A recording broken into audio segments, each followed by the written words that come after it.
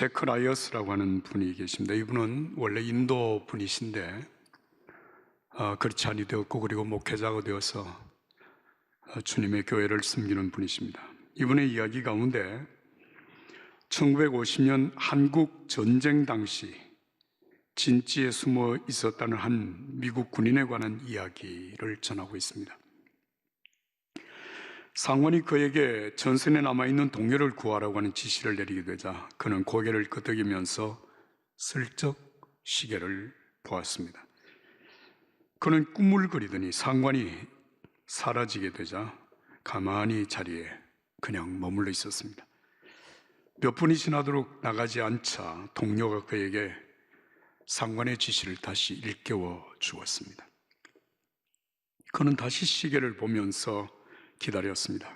마침내 그는 용감한 진지 밖으로 뛰어나가 동료 군인들을 안전한 곳으로 옮겼습니다.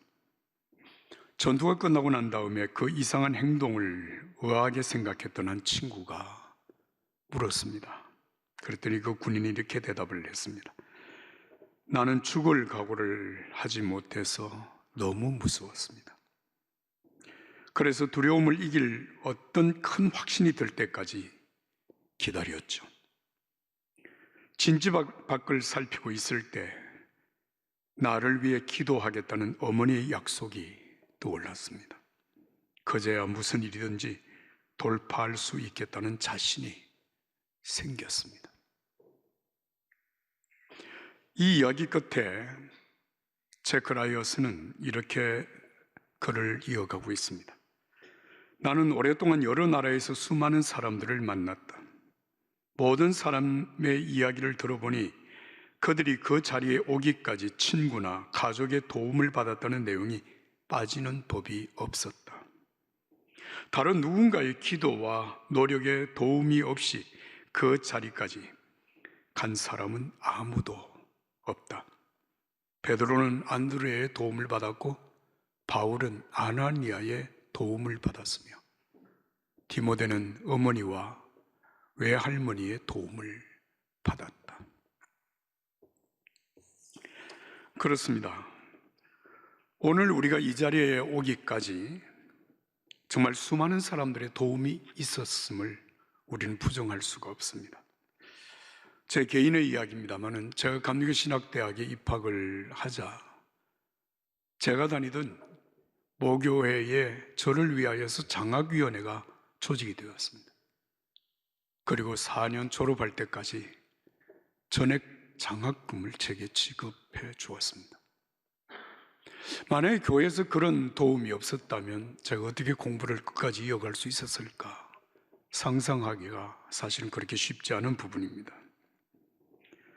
제가 지금 교회 목회자로 교회를 섬기고 있는 것, 저를 위해서 기도하는 수많은 분들이 계시고 물심양면으로 저를 지원해주는 많은 분들의 도움 때문에 제가 오늘 이 자리에 서서 말씀을 전하고 목회자로서의 사명을 감당하고 있음은 정말 전적인 하나님의 은혜였다고 저는 고백하고 간증합니다. 여러분, 오늘 이 본문 신명기 32장 7절부터 14절의 말씀은 모세가 노래를 지어서 이스라엘 백성들에게 부르는 노래의 가사 중에 한 부분입니다. 그러나 사실은 이 노래의 가사 내용은 모세의 신앙 간증, 신앙 고백이라고 말할 수 있습니다. 여러분, 모세라고 하는 이름, 그 이름부터가 신앙 간증적인 의미가 포함이 되어져 있습니다. 출애굽기 2장 10절 말씀입니다. 아이가 젖을된 뒤에 여인이 아이를 바로의 딸에게 데려오니 바로의 딸이 그 아이를 아들로 삼았다. 그녀는 내가 그를 물에서 건져냈다고 말하면서 아이의 이름을 모세라고 불렀다. 모세뿐만 아니라 모든 모세를 아는 사람들이 그의 이름을 부를 때, 그의 이름을 기억할 때마다 물에서 건져낸 사람, 물에서 건져낸 사람이라고 하는 그 이름의 의미를 되새기는 것이죠. 모세는 평생 동안 정말 하나님 앞에 신실한 믿음으로 살았다라고 하는 것을 히브리서 11장은 이렇게 증언하고 있습니다. 믿음의 행위로 모세의 부모는 모세가 태어난 후 석 달 동안 아이를 숨겼습니다. 그들은 아이가 준수한 것을 보고 왕의 법령에 용감히 맞섰습니다. 믿음으로 모세는 어른이 되어 이집트 왕실의 특권층이 되기를 거절했습니다. 그는 압제자들과 더불어 기회주의적이고 안락한 죄악된 삶을 누리기보다 하나님의 백성과 더불어 고된 삶을 선택하였습니다. 그는 메시아 진영에서 겪는 고난을 이집트에서 누리는 부귀보다 훨씬 값지게 여겼습니다. 그것은 그가 앞을 내다보며 장차 받을 상을 기대했기 때문입니다. 믿음의 행위로 모세는 왕의 맹목적인 분노에도 아랑곳하지 않고 이집트를 떠났습니다. 그는 보이지 않는 분께 눈을 고정하고 계속해서 전진하였습니다. 믿음의 행위로 모세는 유월절을 지키고 집집마다 유월절 피를 뿌려 마다들을 멸하는 이의 손이 그들에게 닿지 않게 하였습니다. 믿음의 행위로 이스라엘은 바짝 마른 땅을 걸어서 홍해를 건넜습니다. 이집트 사람들도 그렇게 하려다가 물에 빠져 죽었습니다. 모세의 모든 행위는 믿음으로 이루어진 것이라고 하는 사실을 믿음의 장 히브리서 11장은 분명하게 증언하고 있는 것입니다. 이 믿음으로 모세는 출애굽을 해서 광야 40년을 지나고 이제 약속하신 젖과 꿀이라는 가나안 땅을 눈앞에 두고 가나안 땅에 들어가기 전 마지막 그의 백성들에게 선포하는 말씀이 오늘 이 본문의 말씀입니다. 7절 말씀. 옛날을 기억하라. 역대의 연대를 생각하라. 내 아버지에게 물으라. 그가 내게 설명할 것이요 내 어른들에게 물으라. 그들이 내게 말하리로다. 우리의 오늘은 하늘에서 뚝 떨어진 것도 아니고 땅에서 솟아난 것도 아닙니다. 우리의 오늘이 이르기까지 정말 긴 역사 속에 하나님께서 우리를 인도하신 그 은혜의 흔적들을 발견할 수 있다면 우리는 하나님 앞에 믿음의 사람으로 살아갈 수 있을 것입니다. 지난 날들의 역사 속에 하나님의 은혜를 기억할 때 오늘의 신앙인으로서의 가치를 알게 되고 하나님께서 약속하신 미래를 믿음의 눈으로 바라볼 수 있는 사람들만이 오늘의 고난을 이겨낼 수 있습니다. 그런데 이 역사는 저절로 알아지는 것이 아니라 배워야 합니다. 우리의 지난날 삶 속에 하나님이 어떻게 은혜로 역사하셨는지 묻고 또 묻고 이 묻는 자들에게 그 역사를 아는 믿음의 사람들은 바르게 가르쳐 주어야 한다고 하는 말씀입니다. 이집트를 떠나온 지 40년 광야 생활, 그것은 여러분 관광여행을 하는 해외여행과 같은 길이 아니었습니다. 생사를 드나드는 정말 일촉즉발의 위기적인 상황을 살아가면서 끊임없이 하나님의 돌보심과 인도하심 속에 걸어온 40년이었습니다. 아침마다 만나를 내리는 그 만나를 거두면서 하나님의 만나를 거두면서 하나님의 돌보심을 생각했고 반석에서 솟는 샘물을 마시면서 하나님의 은혜를 찬양하였습니다. 낮에 구름 기둥과 밤에 불 기둥을 통하여서 그들을 보호하시며 인도하시며 함께 하시는 하나님의 사랑을 그들은 느꼈습니다. 어떻게 하면 보다 잘 입고 잘 먹고 잘 살까 하는 문제가 아니라 지금까지 살아온 것이 하나님의 은혜라고 하는 사실을 기억하고 하나님을 찬양하는 그들이야말로 하나님의 사람들로 든든히 설 수가 있는 것입니다. 오늘 우리가 성경을 읽는 이유도 정말 하나님께서 과거의 역사 속에 어떻게 역사를 하셨는지, 살아온 우리의 삶 속에 하나님께서 베푸신 은혜가 무엇인지를 깨닫고 하나님의 사람들을 쓰기 위한 우리의 신앙적인 노력이라 하겠습니다. 지나온 삶 속에 베푸신 하나님의 은혜를 기억하고 하나님을 경외하며 살아가는 저와 여러분들이 되기를 예수님의 이름으로 축복합니다. 이어지는 말씀 여러분 8절과 9절 한 목소리로 읽겠습니다. 신명기 32장 8절 9절입니다. 지극히 높으신 자가 민족들에게 기업을 주실 때에, 인종을 나누실 때에 이스라엘 자손의 수요대로 백성들의 경계를 정하셨도다. 여호와의 분깃은 자기 백성이라. 야곱은 그가 택하신 기업이로다. 할렐루야. 여러분, 이 말씀은 지금 모세를 통해서 이스라엘 백성들에게 하시는 말씀으로서 모세는 하나님의 백성들에게 이렇게 말합니다. 오늘 우리가 하나님께 선택을 받아 하나님의 기업이 되고 하나님 은총으로 살아왔다고 하는 사실을 기억하도록 하는 말씀입니다. 하나님이 민족들에게 기업을 주실 때, 그리고 인종을 나누실 때 이스라엘 자손을 하나님이 선택하시고 그들에게 땅의 경계를 정해주시고 그들을 하나님의 백성으로 삼으셨다고 말씀하시는 것입니다. 사랑하는 여러분, 오늘 우리가 이 땅에 살아가는 것은 물론 우리가 열심히 살아왔기 때문이기도 하지만 하나님의 은혜입니다. 그러므로 교만하지 말고 자만하지 말고 겸손히 하나님의 은혜를 기억하고 감사함으로 살아간다면 우리는 하나님의 자녀로서 끝까지 믿음을 지켜갈 수 있을 줄로 믿습니다. 누가복음 12장 16절 이하에 보면 예수님께서 한 어리석은 부자에 관한 말씀을 하셨습니다. 한 부자 농부가 큰 풍년을 맞았습니다. 그는 이렇게 자신에게 말합니다. 어쩌지 이 수확물을 두기에 내 창고가 너무 비좁잖아. 그래, 창고를 더 크고 넓게 짓자.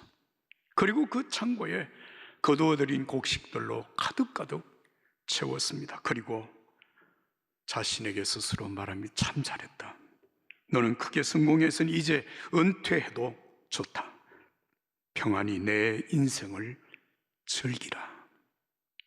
그때 하나님께서 이 부자에게 말씀하십니다. 어리석은 사람아, 오늘 밤에 너는 죽는다. 그러면 창고에 가득한 내 재산은 누구의 것이 되겠느냐? 너의 창고를 하나님이 아니라 내 자아로 채우면 바로 이렇게 되는 거란다. 사랑하는 여러분, 우리가 이 세상을 살아가면서 열심히 살고 성공하고 많은 수확을 거두고 사는 것은 분명한 축복이지만 그 축복 속에 하나님의 도우신 은혜의 흔적을 지워버린다면 결국 우리의 인생은 어리석은 부자와 같아진다고 하는 예수님의 말씀입니다. 사실 이 말씀을 생각할 때마다 우리 자신 속에 부추기는 사탄의 부추김을 생각하곤 합니다. 왜냐하면 우리가 조금만 일이 잘 되어도 내 마음 속에 어리석은 부자와 같은 생각이 들 수 있기 때문입니다. 내가 잘나서 내가 열심히 노력해서 이렇게 많은 것을 거두고 많은 성공을 거두었으니 이제는 하나님보다 정말 내 인생을 즐기면서 만끽하면서 살 수 있겠다고 하는 생각을 하는 것. 여러분, 만일 우리가 이런 잘못된 생각을 회개하지 않으면 하나님의 은혜를 자기 영광으로 바꾸고 결국 하나님을 거역하고 하나님으로부터 등을 돌리는 인간이 되고 만다고 하는 것입니다. 그러므로 에베소서 2장 1절로 7절 말씀은 우리가 받은 구원의 은혜가 무엇인지 깨닫도록 하는 말씀입니다. 얼마 전까지만 해도 여러분은 죄로 인해 낡고 정체된 삶에 빠져 있었습니다. 그때 여러분은 참된 삶에 대해서는 아무것도 모르고 이 세상이 가르쳐주는 대로 살았습니다. 여러분은 더러운 불신을 폐에 가득 채우고 불순종의 기운을 내뿜었습니다. 우리는 너나 할 것 없이 자기가 하고 싶은 것을 마음대로 하며 그렇게 살았습니다. 우리 모두가 같은 배를 타고 있었던 것입니다. 하나님께서 평정심을 잃고 우리 모두를 썰어버리지 않으신 것은 정말로 놀라운 일입니다. 오히려 하나님은 한없는 자비와 믿을 수 없을 만큼 엄청난 사랑으로 우리를 품어주셨습니다. 하나님은 죄로 죽은 우리의 생명을 떠맡으시고 그리스도 안에서 우리를 살리셨습니다. 하나님은 그 모든 일을 우리의 도움 없이 혼자서 이루셨습니다. 그런 다음에 우리를 들어 올리셔서 가장 높은 하늘에 메시아 예수님과 함께 앉게 하셨습니다. 지금도 하나님께서는 우리를 그분이 원하시는 곳에 두시고 이 세상에서나 저 세상에서나 그리스도 예수 안에서 은혜와 사랑을 우리에게 쉼없이 쏟아 부어 주십니다. 사랑하는 여러분, 예수님을 믿기 전에, 은혜를 받기 전에, 구원받기 전에 우리 자신의 모습이 어떠했는지 우리는 정직하게 보아야 할 것입니다. 죄로 죽었던 나, 악한 영이 지배를 받으면서 세상이 좋아하는 것들을 마음껏 행하며 살았던 우리, 그렇게 살던 우리를 예수님 안에서 부르시고 예수 그리스도를 믿는 믿음으로 하나님의 자녀가 되게 하시고 성령을 우리에게 보내셔서 하나님의 자녀로 살게 하신 이 은혜를 여러분들 마음속에 깊이 간직하고 감사하며 살아가시는 저와 여러분들이 되기를 예수님의 이름으로 축복합니다. 여러분 혹시 송명희 시인을 기억하시나요? 송명희. 이분은 태어날 때부터 온몸에 장애를 입고 태어나서 우리가 누리고 있는 많은 자유를 누리지 못한 채 엄청난 삶의 장애를 가지고 산 사람입니다. 예수님 안에서 그 구원의 은혜를 알게 되고 하나님의 말씀을 통하여 내게 들려주신 하나님의 음성을 들으며 살게 된 것에 감사해서 하나님을 찬양하고 많은 사람들에게 그 하나님의 사랑을 증거한 믿음의 사람입니다. 사랑하는 여러분, 내가 가진 무엇 때문에가 아니라 나를 구원하신 하나님의 은혜에 감격하고 그 은혜 속에 하나님의 자녀로 살아가는 기쁨이 여러분들 속에 충만하기를 예수님 이름으로 축복합니다. 여러분, 이어지는 말씀 신명기 32장 10절, 11절, 12절 말씀을 함께 읽습니다. 10절, 11절, 12절 읽습니다. 여호와께서 그를 황무지에서 짐승이 부르짖는 광야에서 만나시고 호위하시며 보호하시며 자기의 눈동자같이 지키셨도다. 마치 독수리가 자기의 보금자리를 어지럽게 하며 자기의 새끼 위에 너풀거리며 그의 날개를 펴서 새끼를 받으며 그의 날개 위에 그것을 없는 것 같이 여호와께서 홀로 그를 인도하셨고 그와 함께한 다른 신이 없었도다. 할렐루야.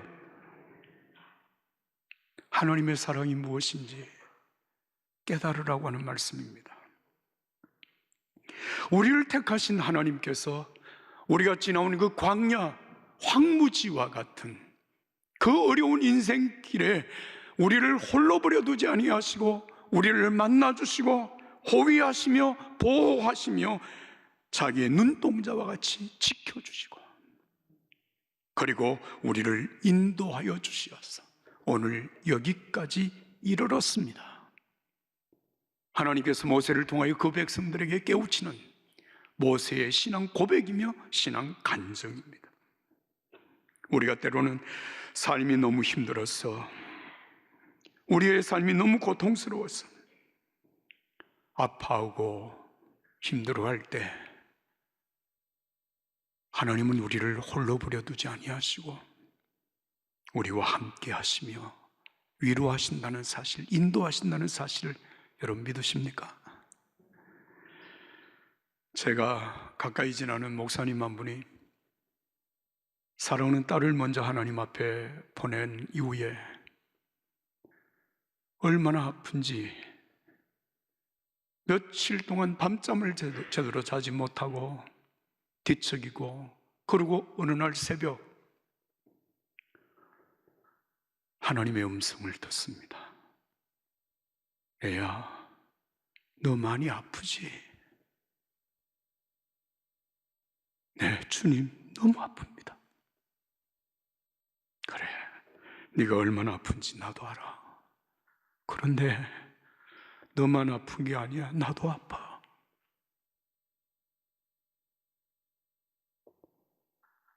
주님께서 그에게 들려주시는 이 주님의 음성을 들으며 아픈 나를 고아처럼 버려두지 아니하시고 아파하는 나와 함께 아파하시며 나를 붙들고 계시는 하나님의 사랑을 깨닫고 목사님은 다시 흐트러진 중심을 고추하고 하나님을 바라보며 새 힘을 얻었다고 하는 간증을 들었습니다.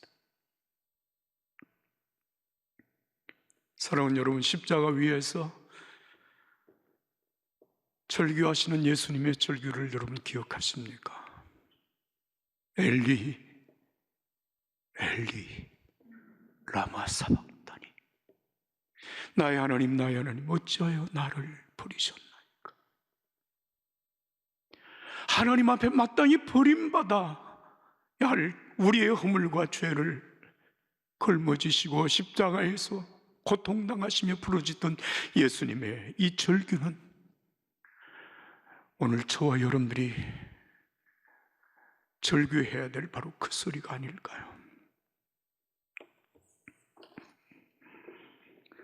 오늘 우리가 이 땅에 살아가면서 힘들어할 때, 외로워할 때, 고통스러워할 때 주님은 오늘 또 우리에게 한결같이 말씀하십니다. 볼지어다 내가 세상 끝날까지 너희와 항상 함께 있으리라. 어떤 상황에 놓여 있든 주님은 우리와 함께 하십니다. 위로하십니다. 도와주십니다. 그리고 인도하십니다. 성경 다음으로 많이 읽혔다고 하는 존 번연의 철로역정이 있습니다. 이 책에서 가장 아름다운 순간은 순례자가 갈보리 언덕에 도착하는 장면입니다. 그는 여행하는 내내 무거운 죄의 짐을 짊어지고 다녔습니다. 순례자가 갈보리의 십자가에 이르게 되자 놀라운 일이 일어납니다. 우선 죄의 짐에서 벗어나게 됩니다. 그리고 빛나는 천사들을 만납니다. 새벽의 천사, 아침의 천사, 저녁의 천사를 만납니다. 첫 번째 천사가 말합니다. 아들아, 내 모든 죄가 용서받았다. 두 번째 천사는 누더기를 걸치고 있는 순례자에게 새 옷과 새 신발을 신겨줍니다. 그리고 세 번째 천사는 그에게 두루마리를 줍니다. 천성문으로 가는 지도였습니다. 이 지도가 바로 성경에 있는 하나님의 말씀입니다. 사랑하는 여러분, 정말 우리 인생이 고통스럽고 힘들 때 우리는 때로 내가 혼자라고 생각하고 힘들어하고 정말 외로워하고 어쩔 줄을 알지 못하며 살아갈 때가 있습니다. 그러나 예수님은 여전히 우리와 함께 하시면서 우리에게 말씀하시고 우리와 함께 걸어가시며 우리를 위로하시고 우리를 인도하여 주십니다. 예수님은 어제나 오늘이나 영원토록 동일하신 하나님이십니다. 여러분, 이 은혜로 내 지금 상황과 처지가 어떠하든지 간에 나와 함께 하시는 예수님을 믿음의 눈으로 바라보시고 예수님과 함께 대화하며 나에게 말씀하시는 그 말씀의 인도를 받으며 주님과 동행하는 거룩한 성도의 삶, 승리하는 여러분들의 삶이 되기를 예수님의 이름으로 축복합니다.